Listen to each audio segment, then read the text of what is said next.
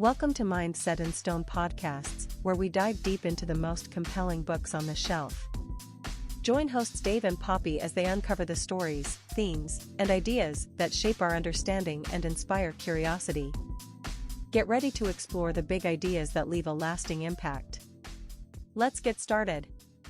Welcome to the Mind Set in Stone podcast. Today we're taking on a topic that, for many people, sits right on the edge of spirituality and self-help. It really does. We're talking about manifestation, and I think for a lot of us, that word just conjures images of, endless visualizing and maybe a little bit of wishful thinking. Exactly. Just daydreaming and hoping for the best. And that's precisely why we're doing a deep dive on Roxie Nafousi's 7-step framework. Right. Her book, Manifest. Yeah, because she presents it not as some kind of magic, but as a really practical philosophy. It's this accessible step-by-step guide to help you become, the author of your own story. And the core promise is huge.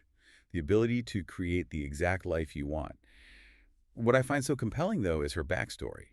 She didn't start from this place of perfect mental health. Not at all. She gives that context right away, and it makes it feel so much more achievable. She talks about hitting rock bottom at 27. And it was serious. A decade-long struggle with depression, addiction. She felt completely directionless. Zero self-worth, no purpose.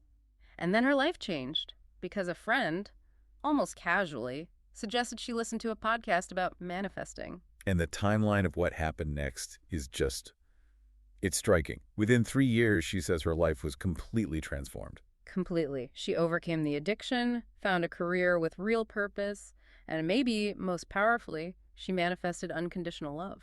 She's adamant that these were not coincidences. No, she sees them as the direct result of shifting her internal frequency and then, crucially, taking action that was aligned with that new frequency. So that brings us to our mission for you today. We want to unpack how this framework goes way beyond simple daydreaming. These 7 steps are streamlined, but they absolutely require you to take action. It's all about turning that inner power into, a tangible external reality. And we can talk about this practically because she anchors the whole thing in 2 scientific concepts. It's not just a spiritual claim. Right. There's a claimed mechanism here involving energy and neurobiology. Okay, let's unpack those. The first one connects to quantum physics and the law of attraction. We hear that a lot, but what does it actually mean in this context? Well, the core idea, as she presents it, is that everything is energy. Physical things, your thoughts, your emotions, it's all just energy. Okay. The only real difference is the density and the vibrational frequency. So your thoughts and feelings have a frequency. You are constantly operating at a certain vibe, either high or low. And the law of attraction is like a cosmic feedback loop, like attracts like. Exactly. High-frequency, positive vibrations are said to attract corresponding high-frequency opportunities, people, and experiences. Whereas if you're stuck vibrating low in resentment or fear or envy, you just attract more situations that confirm that low state. Which means, and this is the key, to change your external reality, you first have to change your internal emotional state. You shift your thoughts, that changes your emotions, and that alters your entire vibrational frequency. It turns manifesting into a really focused exercise in emotional regulation. It really does. And that's where the neuroscience comes in, which feels a bit more grounded for a lot of people. We're talking about neuroplasticity. The brain's ability to change. Right. Neuroplasticity lets us intentionally form new neural pathways. So when you consciously work on your self-worth or override a limiting belief, you are literally restructuring your brain. Which has a real-world outcome. A huge one. It primes your brain, tunes it like a radio antenna to start spotting opportunities that align with the goals you've set. So it's not that the universe magically drops an opportunity in your lap. Not exactly. It's that your newly restructured brain can now see the business opportunity or the job posting or the social cue that your old low-vibe brain would have just filtered out. Precisely. She actually recommends Dr. Tara Swartz's work for anyone who wants to go deeper into the cognitive research behind this. It reframes manifestation as this sophisticated self-development practice. That clarification is so important. So let's jump into the structure. Let's unpack the first 2 steps, which are all about getting that internal world in order. Step 1 is the most straightforward, but it can also be the hardest. Be clear in your vision. You have to define your destination. There's that great quote from Robin Sharma. Everything is created twice, first in the mind and then in reality. And neuroscience backs this up. When you visualize an experience in vivid detail, Your brain starts to respond as if it's really happening. The physiological response is immediate, right? Absolutely. If you visualize a stressful meeting, your body releases cortisol, your heart rate goes up. If you visualize peace and success, your nervous system actually calms down. The images in our heads literally create chemical changes in our body. They do. And this is used all the time in high-performance sports. Look at someone like Michael Phelps. Famous for his visualization. He didn't just visualize winning. He visualized every single detail, the smell of the chlorine, the feeling of the water, even what he would do if his goggles filled with water mid-race. So he had pre-experienced it. He was prepared for anything. And that level of detail is what's required here. You can't just say, a better job. What industry? What responsibilities? What does the office feel like? The visualization has to be so elaborate that your brain starts to treat it like a memory. But the source really emphasizes that the true secret ingredient, the thing that raises your vibrational frequency, is the feeling. Yes. It's not enough to just see the dream house. You have to conjure up the emotional experience of living there, that feeling of safety or contentment or profound joy. Which brings us to a really crucial first takeaway for you. Feeling first visualization. This is for anyone who feels lost or stuck. If you don't know the exact job title or house you want, don't worry about it. Just focus on the feeling. How do you want to feel every day? Do you want to feel confident, satisfied, at peace? That feeling is your starting point. The author tells a story about a client at rock bottom who couldn't visualize a single goal. So they just focused on the feeling of being energized and hopeful. And 6 months later, she wasn't just hopeful. She had taken concrete steps toward a new life. The emotional shift came first. And to make this vision solid, the book suggests using a vision board as a practical tool. Right. It helps you clarify your goals across different areas of your life, career, love, home, personal development, all of it. But there's a really important rule here. A huge one. Be completely authentic in what you put on that board. Don't chase what you think your parents or your friends want for you. That's such a common trap, putting down a salary you think you should want or a house that would impress other people. And if it's not authentically you, you're just introducing conflict into your own vibration. Manifestation is ultimately about unleashing your most authentic, empowered self, not someone else's version of you. Okay, so that authenticity then leads us directly into step 2. Remove fear and doubt. If clarity is the destination, this is about clearing the roadblocks. And this is where we have to talk about the subconscious mind. The source makes this striking claim that we don't manifest from our conscious thoughts, which are only about 5% of our cognitive activity. We manifest from the other 95%. Yes, from the subconscious beliefs we hold about what we deserve. And that is where fear, doubt, and unworthiness live, actively sabotaging the whole process. Because the subconscious just wants what's familiar and safe, even if familiar means being unhappy. Right. And fear and doubt are tricky. They often disguise themselves as being rational, as protecting you. Like that little voice that says, don't ask for that big salary, you'll just be disappointed when you don't get it. Exactly. The author shared that when she started, she was too embarrassed to put her dream of speaking to thousands of people on her vision board. The fear of it not coming true was just too strong. So that hesitation when you're making your vision board is actually a really powerful diagnostic tool. It is. If you find yourself holding back from writing something down, you have to ask yourself, why? What is the specific limiting belief that's stopping me? And acknowledging that fear is the first step. It is. And this inner work is ongoing. It's a continuous process because some of these beliefs are so deeply ingrained. The author admitted she had this belief that she couldn't be financially successful on her own. That she needed a wealthy partner to provide for her. A belief that took a lot of conscious, intentional work to override. So how do we actively fight that subconscious sabotage? Well, the subconscious obeys the conscious mind, so we have to consciously feed it empowering thoughts. This brings us to a key strategy: daily affirmations and mantras. You have to be your own cheerleader. You do. Consistently use phrases like, I am worthy, I am capable, I deserve success, especially when that inner critic starts talking. And this extends to the language you use every day. I love this takeaway. The language swap. It's so simple, but so effective. It is. Just replace if with when. So instead of saying, if I launch my business, You say, when I launch my business. It signals certainty and commitment to your subconscious, and another part of that is only talking about what you do want. right, focus on, I want financial freedom, not, I don't want to be in debt. Because your subconscious just hears the debt part. It doesn't really process the negation. Yeah, for anyone listening who feels totally overwhelmed by their inner critic, where the fear just feels too big, the source offers a specific technique. Yes, the evaporating ball visualization. It's a really actionable thing you can do. How does it work? You take a moment to relax, maybe do a short meditation. Then you consciously gather up all that fear, all the doubt and insecurity, and you visualize it as a dense, dark ball of matter in your mind. You're externalizing it. Exactly. You're making it a separate, finite object. Then, using your breath and visualizing light, you just watch that ball shrink, dissipate, and evaporate into nothing. Psychologically, that's powerful. Right. The brain treats that imaginary release as a real release. It disrupts the negative physiological response that fear creates in your body. It's a structured way to disarm its grip. Now, before we get to the action steps, we have to talk about the absolute foundation of all this inner work: self-love. This is the driving force.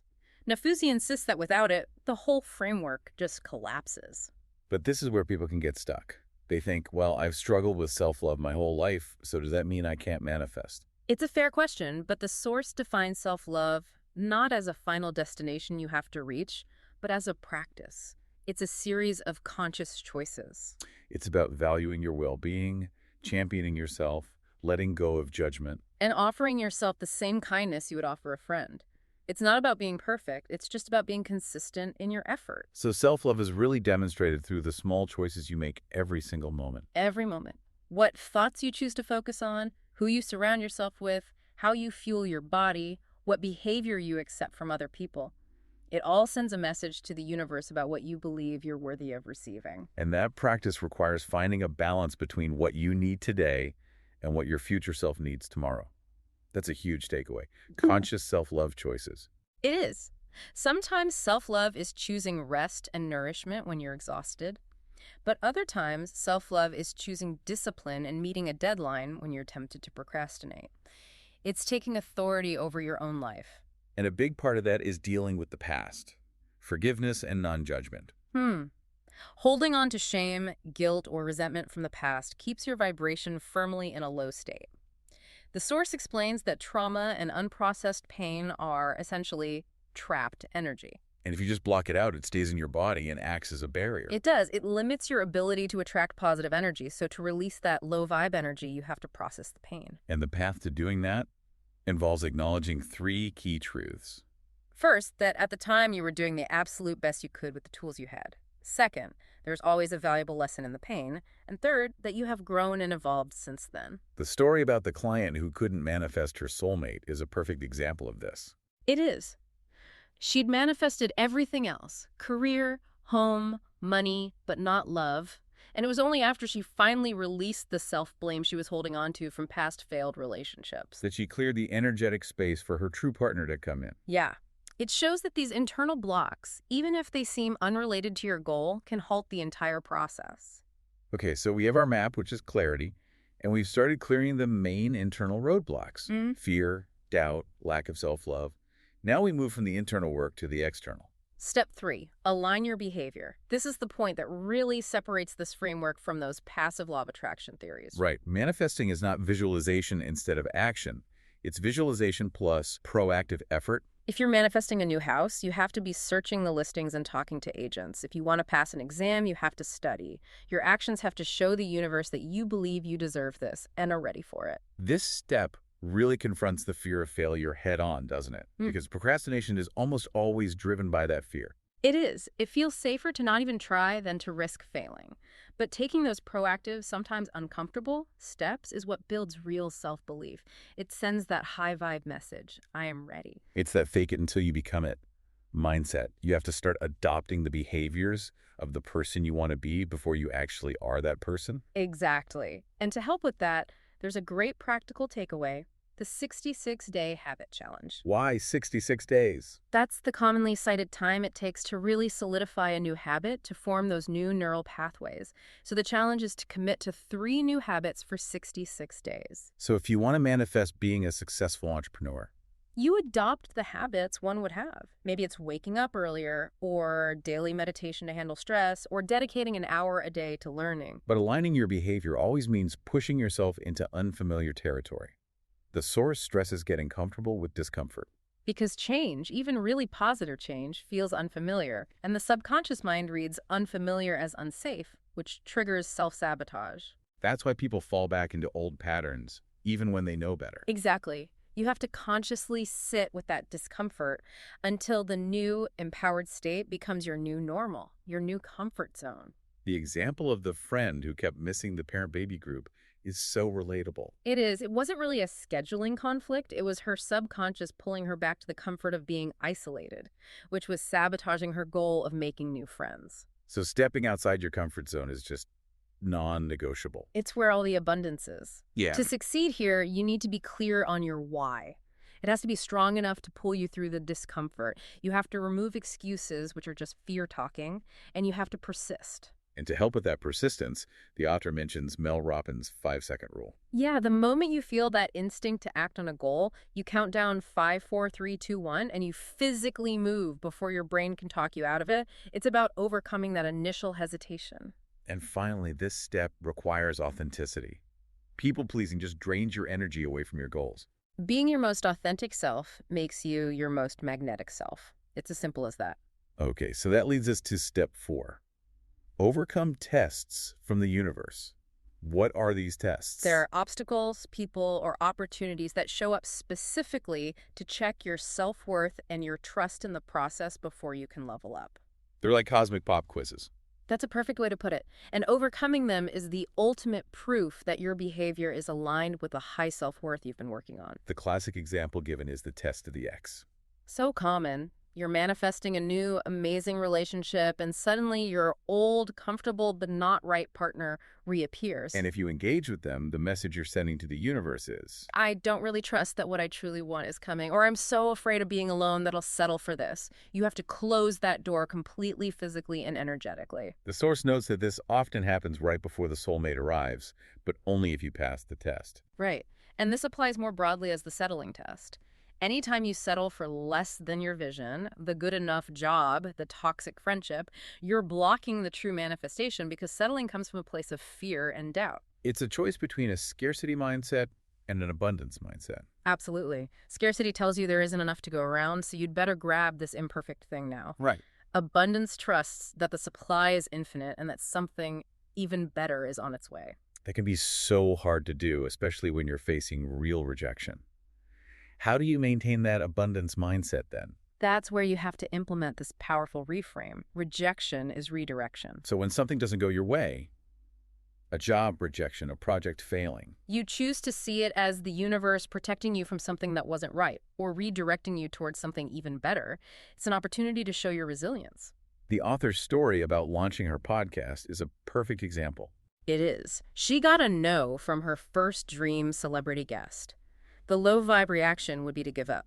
But she reframed it, realized it wasn't personal, and immediately pivoted and reached out to 5 other people. All of whom said yes. All of whom said yes. And that podcast went on to be advertised all over London. If she had let that first rejection stop her, none of that would have happened. She trusted the redirection. Okay, so we've done the inner work and the external action. Yeah. Now we get into how to maintain that high vibe state. Step 5 is embrace gratitude. Yeah. With a very important instruction. Yes. Embrace gratitude without caveats. Gratitude is just the ultimate vibe shift, isn't it? It's the fastest way to pull yourself out of a low vibe state like anger or jealousy. It really is. And the science on this is solid. The source cites studies showing that transforming fear into sustained gratitude for just 10 minutes 3 times a day can strengthen your immune system by up to 50%. It physically changes you. The problem is the caveats. Exactly. I love my job, but I wish I was paid more. Or, I'm grateful for my partner, but I wish they were neater. That little but introduces lack and scarcity, and it undermines the entire practice. Because it's still sending the signal that your current situation isn't enough. Right. The manifesting sweet spot is to be crystal clear in your vision for the future while being entirely 100% grateful for everything you have right now. The author's story about her apartment is such a powerful illustration of this. It is. She initially resented this rundown flat. It wasn't until the pandemic forced her to genuinely appreciate the safety and sanctuary it provided that she shifted her energy. And as soon as she felt that sincere gratitude, the opportunity for her actual dream home appeared. Sincere gratitude cleared the path. So how do we make this a daily habit? The source suggests positivity journaling. Every single evening, you write down every good thing that happened that day, no matter how small. A great cup of coffee, the sun shining, a funny text from a friend. It retrains your brain to focus on abundance. Your mind literally starts hunting for the good things throughout the day, so you have something to write down later. And another simple tool is that language shift again. Switching I have to do this to I get to do this. I have to go to work becomes I get to go to work. It's an instant reframe from obligation to privilege, and it immediately shifts you into appreciation. So this is all about being present, which is why the book says to put your vision board away after you've made it. Yeah, because if you're constantly staring at the future, you can't fully embrace gratitude for the present. You miss the joy of the journey. Okay, so that brings us to step 6. Turn envy into inspiration. This is a huge one in our social media-driven world. It is. Envy is a classic low vibrational emotion, and it comes directly from a scarcity mindset. They have it, which means I can't. And it can manifest as resentment or judgment. And trying to deny it, saying, oh, I just don't like her, instead of admitting you feel envious, just traps that low vibe emotion inside you. But envy isn't necessarily evil. It's usually just fear. A fear that if someone else succeeds, there's less left for you. The key is to make a powerful shift. From low vibe envy to high vibe inspiration. Inspiration comes from the abundance mindset. There is an endless supply and I can have it too. So you can actually use envy as a compass. Exactly. Instead of judging the person who's triggering you, ask yourself, what does their success reveal about my own unfulfilled desires? If you're judging their confidence, maybe it's pointing to a limiting belief you have about your own. So practically, this leads to the takeaway of curating and scrolling mindfully. First, curate your social media feed. Mute or unfollow accounts that consistently make you feel bad. It's that simple. And second, scroll mindfully. Use those inspiring pictures, the beautiful vacation, the amazing home, to enrich your own visualization. Instead of feeling lack, you say, that is beautiful, and I know I deserve to create something like that for myself. And finally, you have to support your community. Tearing others down is the lowest vibe possible, and it completely sabotages your own power. When you actively celebrate the success of others, you're showing the universe you aren't threatened by abundance, and that draws more abundance right back to you. So that brings us to the final, all-encompassing step. Step 7. Trust in the universe. This is the glue that holds the whole framework together. It's about surrender. It's about having unwavering faith. It's that internal feeling of knowing that what you want is on its way, even if you have no idea how it's going to get here. You've set the destination, and now you let the universe navigate the journey. The trust vibe, that feeling of assuredness and peace, it just transcends fear and doubt. When you are truly trusting, rejection is automatically redirection. You never settle because you have total faith that abundance is inevitable. And this means trusting in divine timing. Impatience is the absolute enemy of manifesting. It really is. It tries to force fixed timelines onto a process that has to be fluid. When we're impatient, we try to grab the wheel and often steer ourselves off the best path just because we can't stand the waiting. So trust means believing that everything is unfolding exactly as it's meant to. Which lets you stay present. Ultimately, manifesting is a process of letting go. Letting go of your past self, of fear, of things that don't serve you. And finally, letting go of the need to control the path itself. Let's use the author's story about getting her book deal to see how all 7 steps came together. Okay, so she started with absolute clarity. Step 1. She visualized her book on the shelves, saw the cover, felt the joy. Then she removed fear and doubt, step 2, by pushing past her fear of calling herself an author when she didn't have a deal yet. Then step 3, she aligned her behavior. She posted on Instagram that she was looking for a publisher, taking proactive action. And when a good publisher made an offer, but it wasn't her dream publisher, Penguin, she turned it down. That was overcoming a huge settling test. Step 4. A massive test. Then she maintained her high vibe steps 5 and 6 by focusing on gratitude for the offer she got, and she turned her envy of other authors into inspiration. And finally, she trusted the universe. Step 7. She let go of how Penguin would find her. And their coincidence, the synchronicity happened. Her friend's agent just happened to have a meeting with an editor at Penguin. The agent mentioned the book idea, and the editor had a thematically similar book right there on her desk. Divine timing. That was the sign. She took action, knowing the universe was opening the exact pathway she had envisioned. Trust is what allows you to see those serendipitous moments as proof that your focus is working. So to bring this all together for you, manifesting isn't magic. It's a self-development practice. It's centered entirely on raising your self-worth, practicing self-love, and shedding those limiting beliefs to unleash your full potential. So let's recap the 7 most powerful takeaways from this deep dive that you can start using today. 1. Use feeling-first visualization. If you're stuck, just focus on how you want to feel. Contentment, joy, security, to start shifting your vibe. 2. Commit to daily affirmations and mantras. Use phrases like, I am worthy, to reprogram that 95% of your mind that is the subconscious. 3. Make the language swap. Replace if with when and switch I have to with the much higher vibe choice I get to. 4. Make conscious self-love choices. Master that balance between what you need today, like rest, and what your future self needs, like discipline. 5. Start positivity journaling every single evening. List all the good things, no matter how small, to retrain your brain to see abundance everywhere. 6. Do an envy detox. Curate your social media and use envy not for judgment, but as a compass pointing you towards your own authentic desires. And 7. Practice trust in redirection. See every setback or rejection as the universe actively protecting you and guiding you towards something even better. The universe believes you can have it all, but you have to lead the way by demonstrating that you believe it too. So here's our challenge for you today. Identify just one area of your life, your career, a relationship, your well-being, where you know you've been settling out of fear. And today, take one small conscious step, however comfortable it feels, that honors your highest self.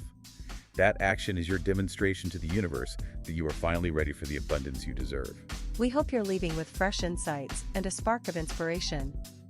Remember to subscribe, leave a review, and check back for more episodes as we dive into new worlds of thought, one book at a time. Until then, keep your mind set in stone and your curiosity open. This has been a Big L Riz Media podcast, where big ideas meet lasting impressions.